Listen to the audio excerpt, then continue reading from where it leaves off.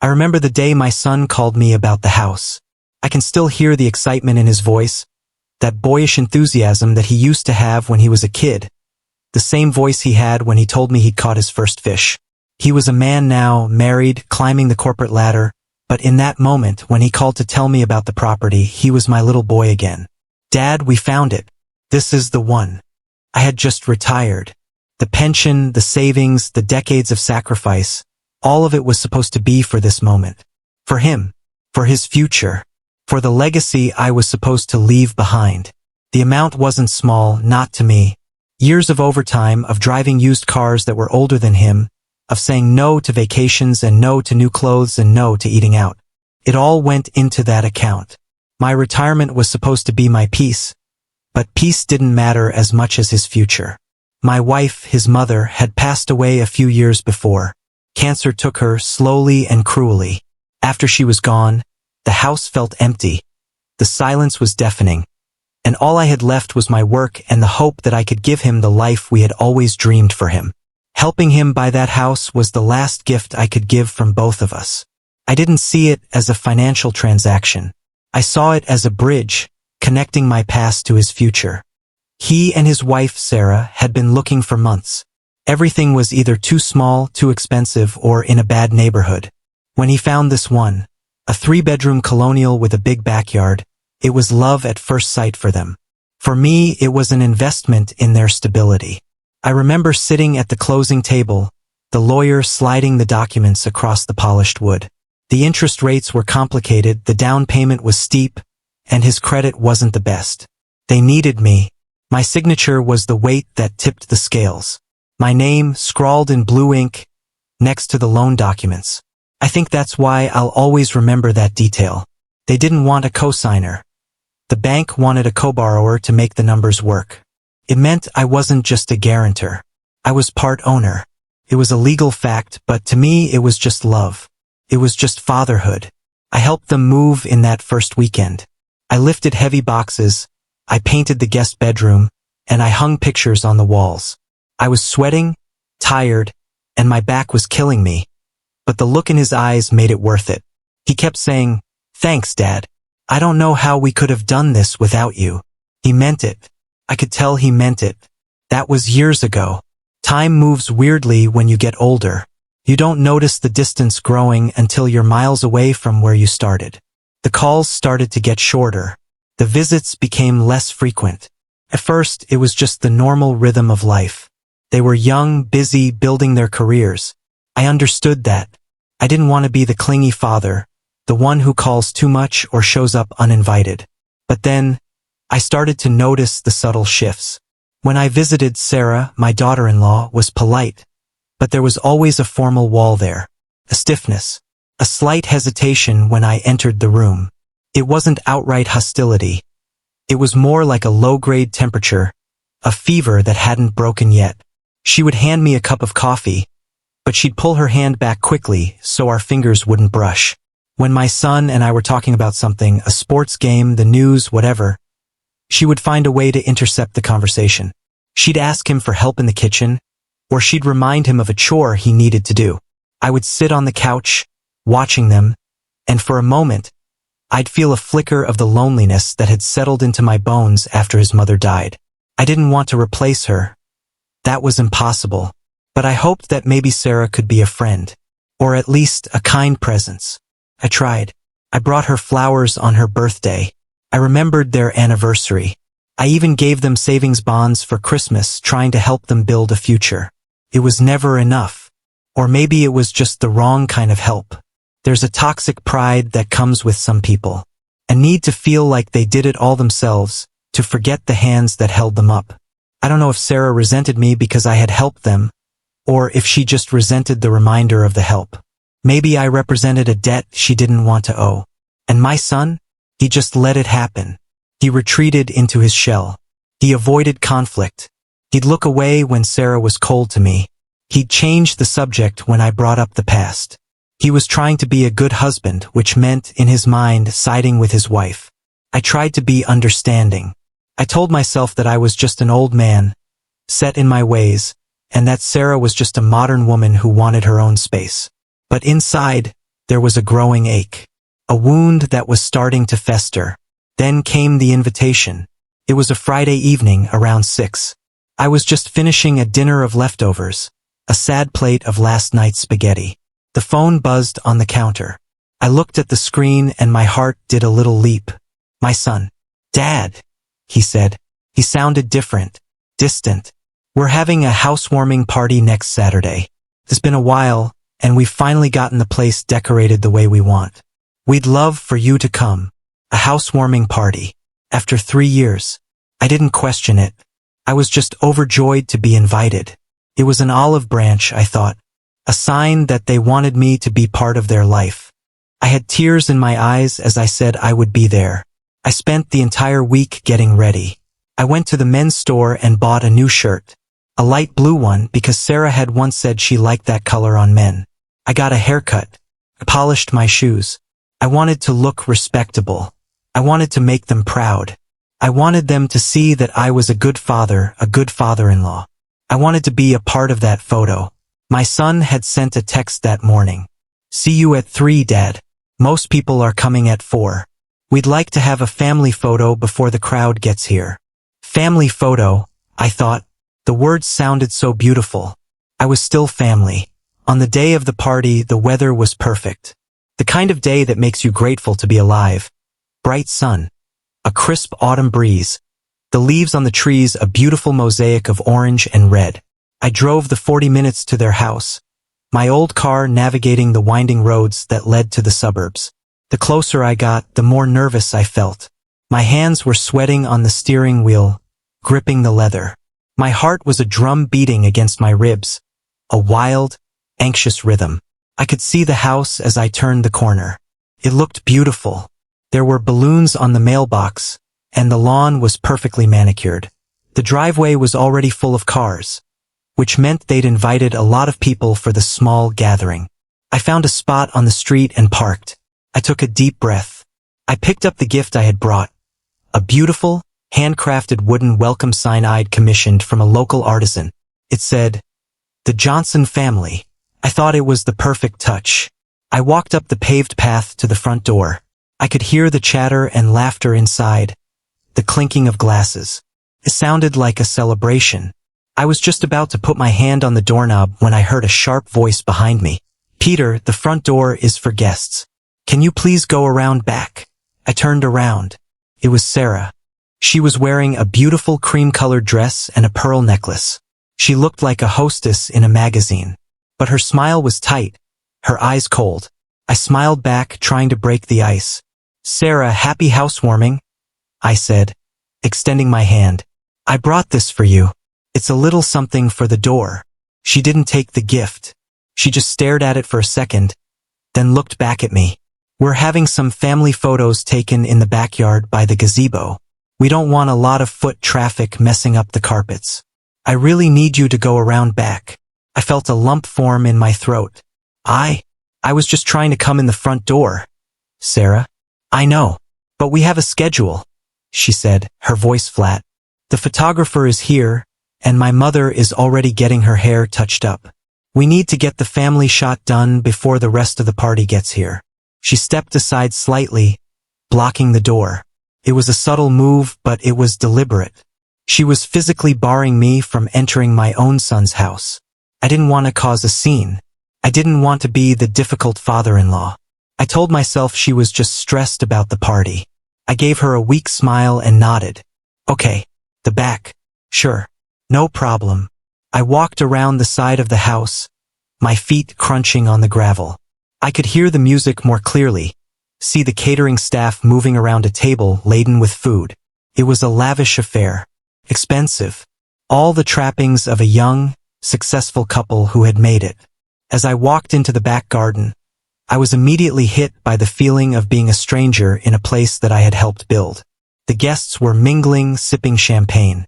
I saw people I recognized from the wedding, colleagues from his firm, and a few of Sarah's friends. And then I saw her, Sarah's mother. She was standing by the gazebo holding court. Her name was Margaret, and she was everything I wasn't.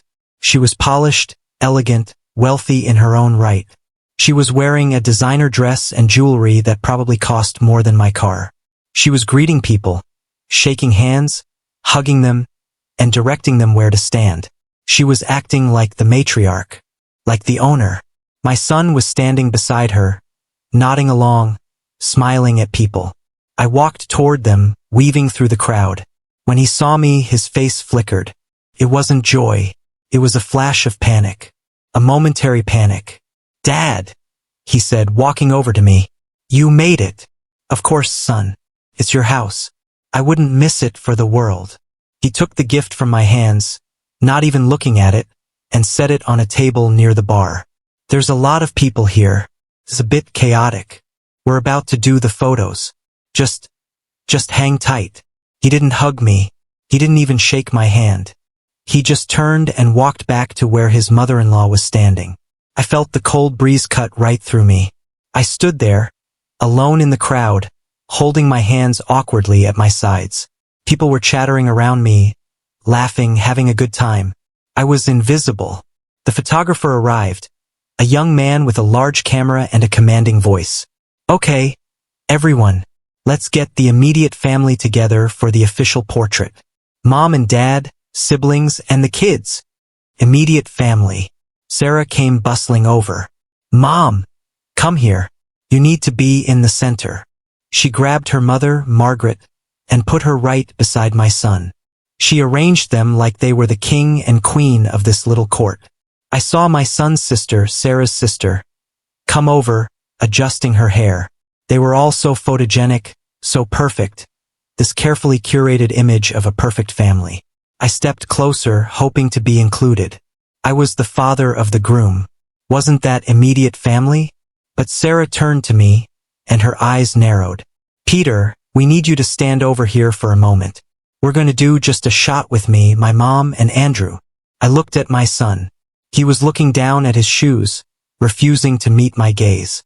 "Okay," I said, my voice barely a whisper.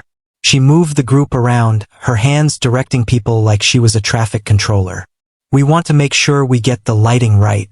The photographer said the shade under this tree is perfect." She pointed to an old oak tree near the fence. But then something happened that I will never forget. She guided me, physically guided me with a hand on my arm, away from the group. She walked me over to the tree. But she didn't put me under it. She put me behind it. Her voice was sweet, syrupy, a tone she used when she was trying to be polite in front of others. "Peter, we just want to get a shot of the immediate family first. You know, just the core group. We don't want the picture looking too crowded for the formal shot. It's just a few minutes."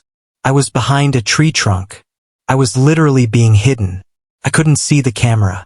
I couldn't see the photographer. I was invisible. I should have said something. I should have dug my heels in. I should have said, "Sarah, I am immediate family. My name is on the deed to this house." But I didn't. Why didn't I? Because a part of me was broken. Decades of trying to be a good man, a non-confrontational man, a generous man, had turned me into a pushover. I didn't want to ruin their party. I didn't want to cause a rift. I didn't want my son to have to choose. I was so desperate for their approval that I accepted this humiliation. I stood behind the tree, my new blue shirt feeling a little tight, my polished shoes feeling a little heavy, and I waited. I waited to be seen. I waited to be included. I watched them through the gaps in the leaves. They smiled, they posed, they laughed. Sarah's mother was holding my son's hand. Sarah was glowing. My son was forcing a smile. He glanced once, just once, in my direction. But he didn't call me over. He didn't defend me. He just let them put me in the shadows. The formal photos took about 20 minutes. 20 minutes of standing alone behind a tree at my son's housewarming party. I felt a tear roll down my cheek, and I quickly wiped it away. I was ashamed. I was hurt. I was furious. But I was trapped in this prison of politeness and desperation. After the family photos were done, Sarah's mother, Margaret, walked over to the drinks table with a triumphant smile. She was holding a glass of champagne, chatting with a group of guests. I heard her say, "It's such a relief to have this housewarming party. We were so worried about the mortgage, but it's all working out beautifully." Sarah was beside her, nodding. We're so lucky we got the financing worked out. They didn't mention me. They didn't mention the down payment. They didn't mention the 3 years of making the monthly payments or the years of saving before that. It was like I didn't exist. Like the money came from a magical fountain. I needed air. I needed to get away from them. I walked back through the garden, heading toward the side of the house, looking for a quiet spot where I could just sit down and breathe. I found a small bench near the garage. I sat down, put my head in my hands, and I let the tears come. I felt like such a fool. While I was sitting there, feeling the lowest I had ever felt in my life, I heard voices. They were coming from the side yard, near the back patio. It was Margaret, Sarah, and my son. They were talking. They didn't know I was there. The garage and the fence created a little pocket of privacy that hid me from their view, but their voices carried in the still autumn air. Sarah was saying, I don't know why you even invited him, Andrew. He makes everyone uncomfortable. My mom said he was just lurking near the front door earlier. My son, Andrew, mumbled something I couldn't quite catch. Margaret's voice cut through, sharp and authoritative. Andrew, you need to be more assertive. This is your house. This is your life. You can't let your father make you feel guilty for being successful. He needs to let go. He needs to find his own life. I couldn't believe what I was hearing. I was lurking. I was making people uncomfortable. I was the one who paid for this house. Sarah continued, I just want this day to be perfect. We've worked so hard to build this image, and having him around is just a reminder of the struggle. It's like he's just waiting for us to thank him or something. My son finally spoke up, and his words cut me deeper than any knife. He can be a bit much, I know, but he helped us out. We can't just pretend he doesn't exist. He helped us out. That's how he described my retirement fund. An act of charity. Sarah snorted. He did what any parent is supposed to do. It's not an investment. It's a duty. And frankly, we've paid our dues by letting him visit. He should be grateful we invite him to anything. Margaret chimed in, exactly. And his name on the title is just a technicality. We'll refinance eventually. We just need to get him off the deed. Then we can finally be free. I heard my son sigh. Yeah, I know, Mom. We'll deal with it. It's complicated. Complicated. Sarah's voice was rising. It's not complicated. It's our house. It's our life. Stop making excuses for him. That was the moment something inside of me snapped. The fog of loneliness and desperation cleared. The need for their approval vanished. In its place was a cold, clear fury. I heard them. I heard everything. They weren't just excluding me from a photo. They were excluding me from their lives. They were ashamed of me. They resented me. They saw me as a debt to be paid off, a stain on their perfect image. My son didn't even have the courage to defend me. He just stood there and let them talk about me like I was a trash bag that needed to be taken out. But they had forgotten one thing, a crucial, legal, undeniable fact. And I had it in my pocket. The title. I had kept the original documents in my safe deposit box. I had copies in my glove compartment. I knew the law. I knew the terms of the loan. They were so busy building their image that they forgot who held the keys to the kingdom. They wanted me gone. Fine. But I wasn't going to go quietly. I wiped my face, stood up, and smoothed my shirt. I walked back around the house, toward the front yard. I didn't go back to the back garden. I went to the front porch. I needed to hear what the guests were saying. I needed to see the lie in its natural habitat. As I reached the porch, I heard a man's voice. He was talking to a couple who were leaving. It was one of my son's colleagues from his first job, a guy named Mark. He was an older man, a mentor type. He was standing near the front door, looking at a little plaque that was mounted there. He said, loudly to the couple, "Isn't this the man whose name is on the house?" The couple looked confused. "What do you mean?" Mark said, "I remember the closing. I handled the paperwork for the firm. I was the one who notarized the documents. The mortgage is under Andrew and his father's name. It's a joint tenancy. You know what that means? It means he owns half of this house. The couple was stunned. Half. Mark nodded. Absolutely. It was the only way to get the financing at the time. Without his father's credit and his down payment, they wouldn't have qualified for this place. I didn't want to say anything earlier, but I thought it was weird when I didn't see him in the family photos. My heart started pounding in my chest. This was the breakthrough. This was the moment. I walked toward the porch. I looked them all in the eye. Mark saw me. Peter, there you are. I was just telling these folks about how impressive it is that you and your son worked together to buy this house. He said it with warmth and genuine respect. It was like a spotlight had been turned on in the dark.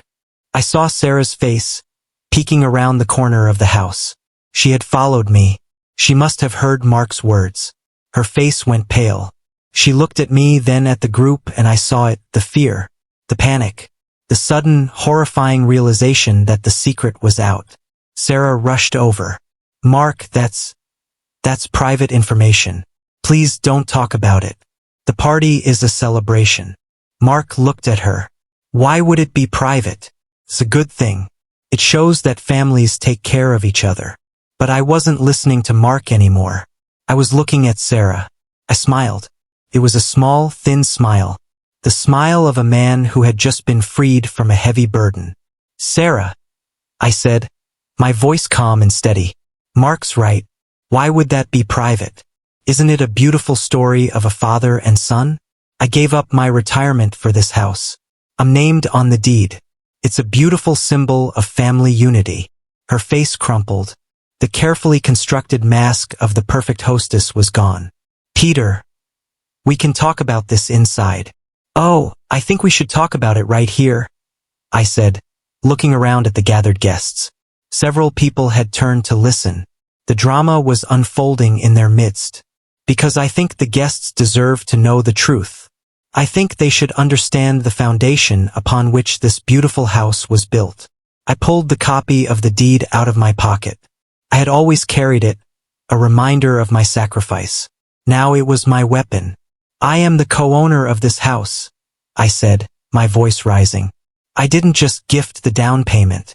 I didn't just co-sign. I invested in this property. And I was just told by my own daughter-in-law to hide behind a tree while they took a family photo.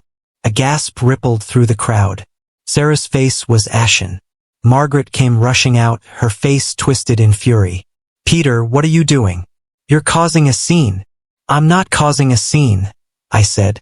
I'm just answering the question that was asked. Yes, this is the man whose name is on the house. And today, I was treated like a ghost. I turned to my son, who was standing on the porch, his mouth agape. Andrew, I want to talk to you. In private.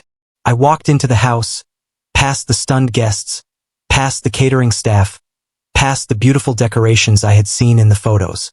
I walked into the living room. Andrew followed me, his face pale. Dad, he said, his voice trembling. I'm sorry. I didn't know Sarah was going to do that.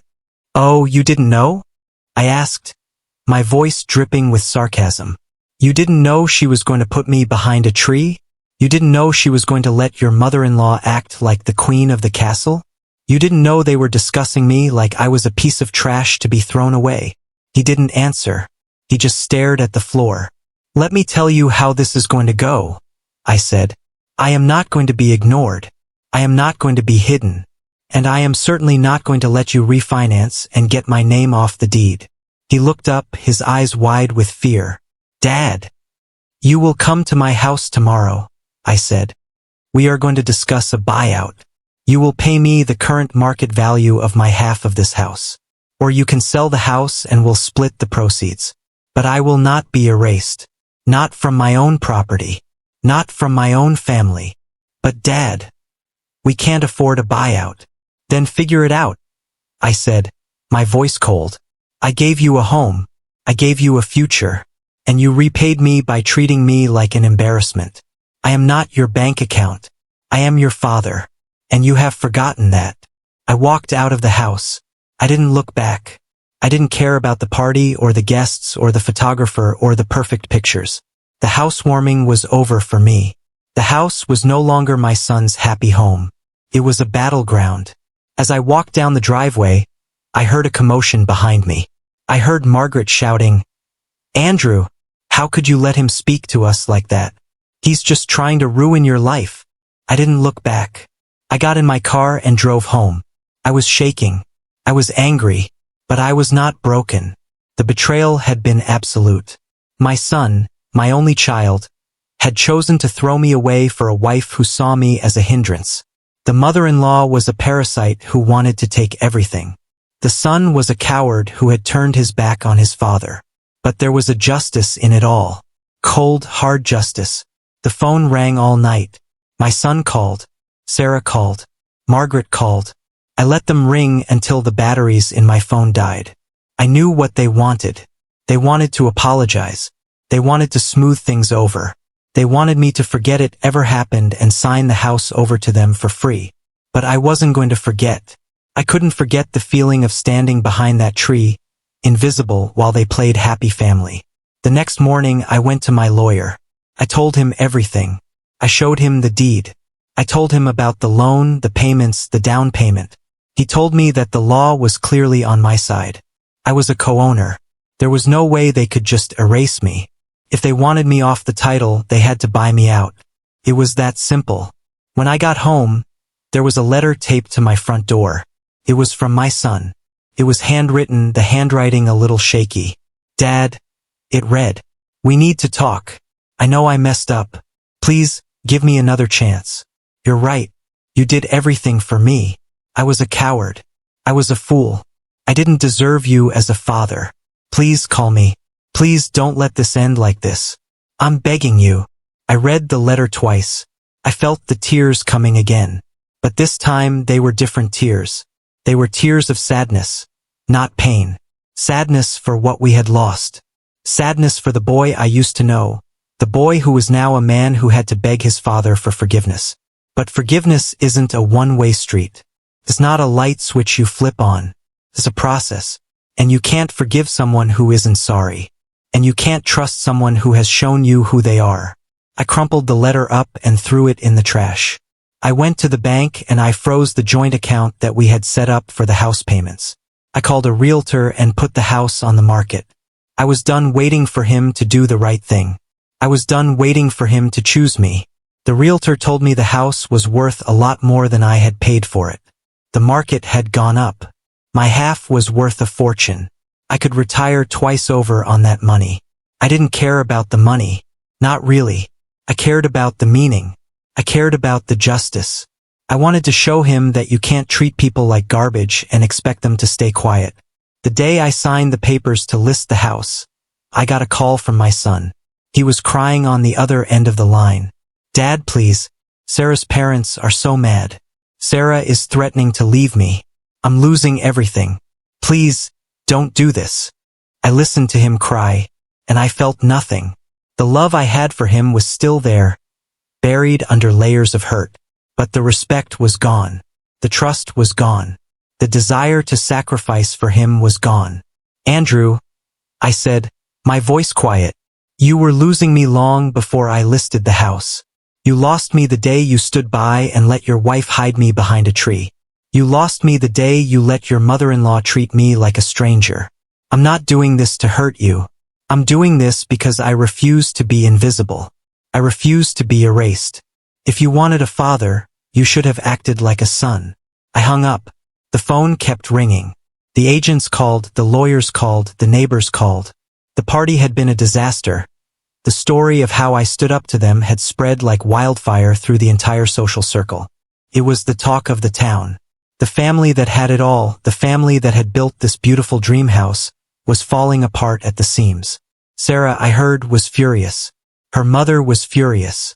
They were screaming at my son, blaming him for the whole mess. I guess they thought he was supposed to control me. They didn't realize that I was an old man, tired, and done being controlled. A few weeks later, the realtor called me. They had received a full-price offer on the house. The buyers were a nice young couple with a baby on the way. They didn't know about the drama, the tears, the betrayal. To them, it was just a beautiful house in a good neighborhood. I drove to the house one last time. I wanted to see it before it was gone. I walked through the empty rooms. They had taken all the furniture, all the decorations, all the memories. The walls were bare. The floors were scuffed. It was just a building again. Just a pile of bricks and wood. I stood in the living room, looking out the window at the backyard. I could see the tree that had hidden me. It looked so small now, so insignificant. It had been the symbol of my shame, but now it was just a tree, a witness to the truth. My son was sitting on the front porch, waiting for me. He looked a mess. He had lost weight. He looked tired, defeated. "Dad," he said, his voice hollow. "I'm sorry. I can't fix this. She left me, Dad. She said she couldn't live with a loser who couldn't protect her from his father." I didn't feel sorry for him. I didn't feel angry. I just felt empty. "I'm sorry to hear that, son," I said. "But she was never the problem. You were. You were the one who let her treat me that way. You were the one who went along with it. You made your bed. Now you have to lie in it." He started to cry. He was sobbing, begging me to forgive him, begging me to let him move in with me. "No," I said. "You're a man now, Andrew. It's time to act like one. I gave you everything I had. I gave you the world on a silver platter. And you threw it back in my face. I can't forgive you today. Maybe tomorrow. Maybe next year. But not today. You need to feel this. You need to understand what you lost." I didn't go to the closing. I let my lawyer handle it. I didn't want to see them. Didn't want to see my son begging me for more money or Sarah glaring at me like I was the devil. I just wanted it to be over. The check was wired into my account. It was more money than I had ever seen in my life. But I didn't feel rich. I felt like a ghost walking through the motions of life. But then, something shifted. Months passed. I didn't hear from my son. I didn't hear from Sarah. The news of the house sale faded from the gossip columns of the neighborhood. I started to rebuild my life. I joined a local community center. I started playing chess with a group of old men. I started going on walks in the park. I started to feel human again. The anger started to fade. The hurt started to scab over. I started to realize that maybe, just maybe, the only person I could control was myself. I knew I would never have the same relationship with my son. The bridge was burned. But I also knew that I had stood up for myself. I had taken back my power. I had shown them that I was not a thing to be used and discarded. One evening, about 6 months after the house sale, I got a knock on my door. I opened it and there was my son. He looked different. More grounded. More real. The arrogance was gone. The entitled air was gone. He looked like he had been through a war. "Dad," he said, "I don't have anything to offer you. I don't have a house. I don't have a wife. I don't have a job. I'm starting over." I stood there waiting. He took a deep breath. "But I have a question. I have one question I need to ask you. I need to ask it because I don't think I can move forward unless I do." I nodded. He looked me right in the eyes. "That day, the housewarming party, when Sarah told you to stand behind the tree, why didn't you scream? Why didn't you confront her? Why didn't you beg me to make it right? You just let it happen. I don't understand. Why?" I stared at him for a long time. I thought about the pain of that day, the humiliation, the betrayal. Why didn't I scream? I asked, my voice soft. "Because I was waiting for you to scream for me. I was waiting for my son to say, 'Dad, come stand with me. You belong here.' But you never did. You just watched. And that's why, when I finally did speak, it was with my actions. Not my voice. My actions." He started to cry. He crumbled to my knees on my doorstep. "I'm sorry, Dad. I'm so sorry." I looked down at him. The boy I had raised. The man I had sacrificed everything for. The man who had broken my heart. I reached down and helped him up. "Come inside, son," I said. "We have a long way to go." He nodded, wiping his face. And maybe, just maybe, in the quiet of that evening, sitting across the table from each other, the long road toward forgiveness began. It was a lesson I had learned the hard way. A lesson he had to learn the harder way. Respect isn't inherited. It's earned. And once you lose it, you have to fight to get it back. The justice was in the truth. The justice was in the house sale. The justice was in seeing him fall and having to pick himself back up. But the redemption? The redemption was in the conversation that followed. A conversation between a broken father and a broken son, both of them trying to remember what it meant to be family. And I realized that while the house was gone, the door to the heart was still open, just a crack. And sometimes that's all you need to start rebuilding.